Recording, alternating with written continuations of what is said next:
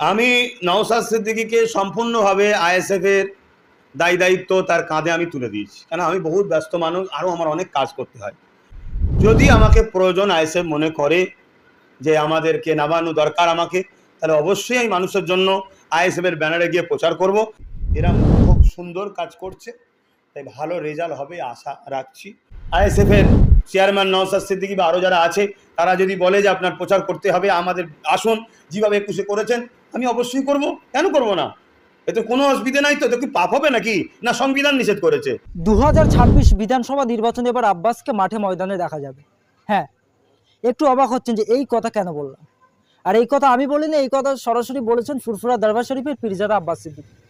আপনারা জানেন যে 2021 সালে ভাঙড় বিধানসভাতে আইএসএফ এর একমাত্র বিধায়ক যেতে নওশাদ সিদ্দিকী।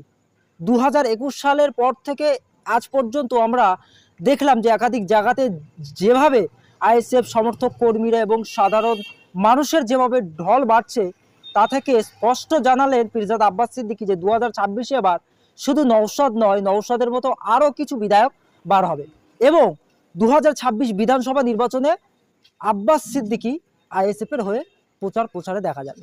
কি বলছেন আব্বাস সিদ্দিকী, শোনাবো আপনাদের। পশ্চিমবাংলার ওয়েস্ট বেঙ্গল প্রশাসন বা কলকাতা প্রশাসন, আরেকটা হচ্ছে প্রশাসনের ইউনিফর্মে শাসকের পক্ষে কর্মচারী হয়ে কাজ করা, দুটো জিনিসকে এক করে ফেললে হবে না। প্রশাসনকে সর্বসময় আমাদের সাধুবাদ ধন্যবাদ ছিল, আছে, থাকবে, কিন্তু প্রশাসনের ইউনিফর্মে শাসকের যে কর্মচারীগুলো আজকে সমাজের বুকে আইন অমান্য করে আইনকে বোড়াগুল দেখিয়ে যেভাবে নিরীহ পিছিয়ে পড়া অসহায় মানুষ এবং সংবিধান প্রেমিক গণতন্ত্র প্রেমিক মানুষের উপর যে অত্যাচার জুলুম করছে, এটা বন্ধ হওয়া দরকার।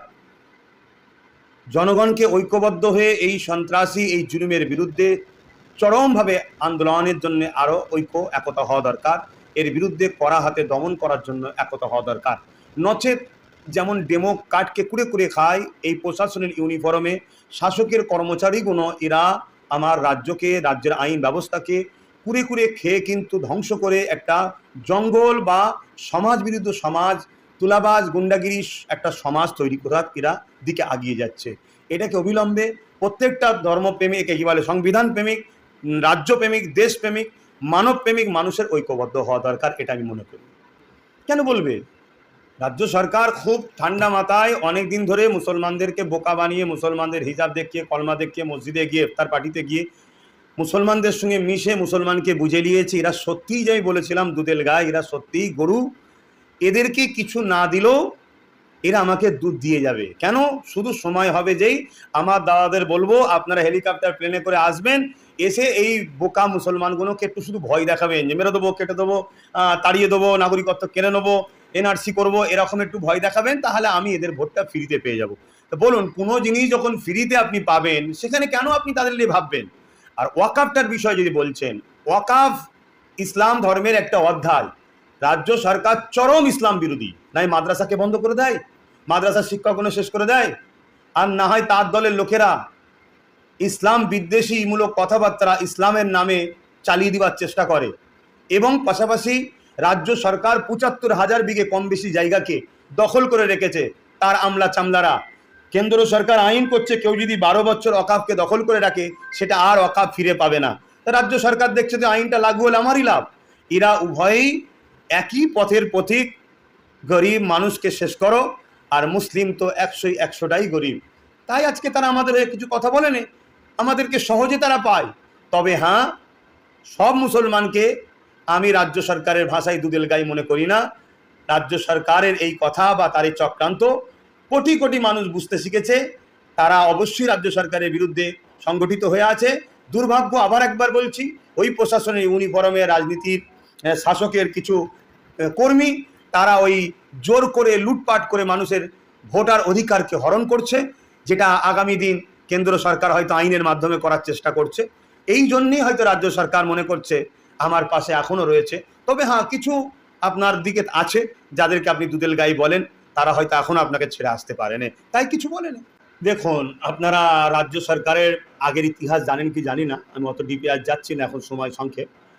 এতটুকু বলবো, নিজের লোককে হত্যা করতে হয় করো, খুন করতে হয় করো, সাধারণ কর্মী মারা যাবে, ছোটোখাটো নেতা মারা যাবে, যাক আমাদেরকে ক্ষমতার আসনে বসতে হবে, এই মেন্টালিটি রাজ্য সরকারের অনেক নেতা মন্ত্রীদের মধ্যে বা লোকেদের মধ্যে এই মেন্টালিটি আছে। আর বিরোধী শূন্যর কথা বলছেন, আইএসএফ ছাড়া বিরোধী দেখুন, বাম ছিল তারা শূন্য হয়ে আছে, কংগ্রেস ছিল শূন্য হয়ে আছে, এখন একটাই আছে আইএসএফ, একটা এমএলএ।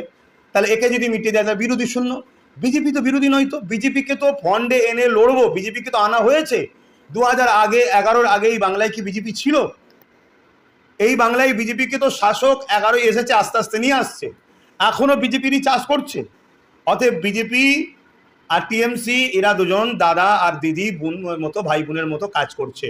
যখন দাদার কোনো কিছুতে সাপোর্ট দরকার এমপিদের হয়, দিদি তখন তার এমপি পাঠিয়ে সাপোর্ট করে দেয় বা এমপিকে না পাঠিয়ে বিলটা পাস করিয়ে দেয়। আবার দিদি যখন কোনো দুর্নীতির কেসে ফাঁসিয়ে যায়, সমাজের মানুষকে শান্ত রাখার জন্য ইডি সিবিআই হয়তো আসে, কিন্তু সেইভাবে যেভাবে তিলোত্তমার কেসকে ধামাচাপা, বিভিন্ন কেসকে ধামাচাপা, ঠিকভাবে কিন্তু কাজ হচ্ছে না। অতএব দাদা দিদি তো পুরো সেটিংয়ে, কেন পশ্চিম বাংলায় সম্প্রীতি প্রেমিক মানুষ আগাগোড়াতে ছিল, আছে, তাই এখানে বিজেপি চাষ করতে পারছে না, তাই সেকুলার মুখ দেখিয়ে রাজ্য সরকারকে দিয়ে বিজেপি এখানে চাষ তৈরি করছে।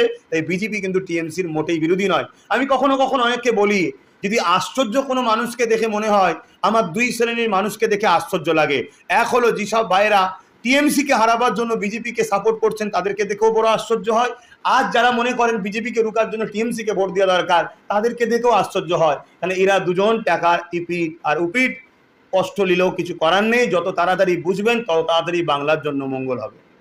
দেখুন, এই সরকার সংবিধান পক্ষে সরকার নয়, এই সরকার ওই একটাই এজেন্ডা তৈরি করতে চাইছে, গণতন্ত্রকে ধ্বংস করে, ধর্মনিরপেক্ষকে ধ্বংস করে।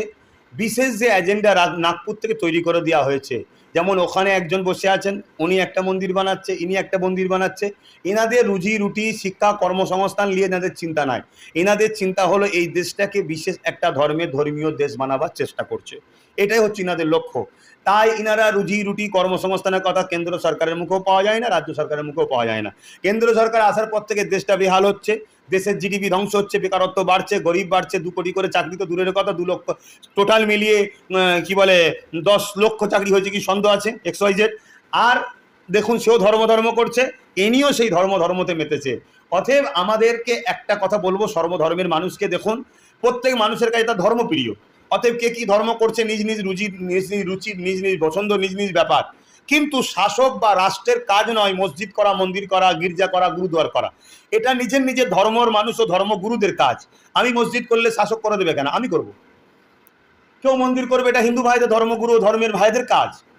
খ্রিস্টানদের গির্জা তার ধর্মগুরুদের কাজ, ধর্মের অনুসারীদের কাজ, শাসকের কাজ নয়।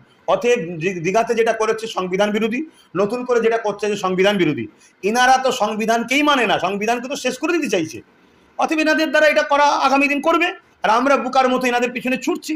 ইনি ভাবছে বেশ ভালো, আমি বোকা বানাতে পেরেছি।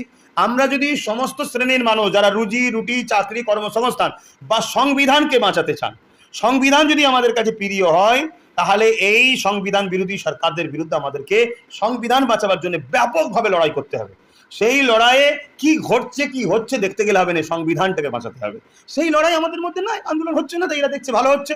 তাই ওয়াকাবিলে তো বলবে না, এদের তো লক্ষ্য ইসলামকে মিটানো, এদের তো লক্ষ্য অন্য যত ধর্ম আছে সব ধর্মকে একটা একটা করে মিটিয়ে দেওয়া, দিয়ে একটা হিন্দুত্ববাদী, হিন্দু নয় হিন্দুত্ববাদী, যেখানে কি বলে গরিব নিচু শ্রেণীর মানুষেরও কোনো অধিকার ইজ্জত থাকবে না। আজকে অন্যান্য রাজ্যে দেখুন না, SC STদের উপরে কি হচ্ছে, তাদের বেটিদের ওপরে, তাদের শিক্ষার ব্যবস্থার উপরে, তারা একটু শখ শান্তি করে বিয়ে শাদী করতে যাবে, ঘোড়ার পিঠে উঠবে, তাও তাদের উপর অত্যাচার হচ্ছে, শুধু মুসলমান হচ্ছে না তো। অতএব এই যে একটা সংবিধানকে এরা শেষ করতে উঠে পড়ে লেগেছে, তো এই জায়গায় আমি একটাই কথা বলবো দেশের মানুষকে, রাজ্যের মানুষকে, আমাদের কাছে যদি সংবিধান আগে হয় তাহলে আগিয়ে আসুন। আর কেউ যদি মনে করেন যা হচ্ছে হোক, আমার তো ধর্মস্থান তৈরি হচ্ছে, মনে রাখবেন ওটা আপনার ধর্মস্থান নয়, ওটা বিশেষ একটা ধর্মের লেভেল দিয়ে একটা ব্যক্তিগত শ্রেণীর মানুষের কাজ করা হচ্ছে। তারপরেও আমি দুঃখের সাথে বলছি, কারো ধর্মের উপরে আঘাত দিয়ে কথা বলা আমার ধর্ম শেখায় না, আমার সংবিধান শেখায় না। যদি এই ধর্মের ব্যাপারে কোনো কথা বলতে গিয়ে কারো দিলে আঘাত লাগে, আমি তার জন্য দুঃখিত, কিন্তু সংবিধান বিরোধী কাজ হচ্ছে।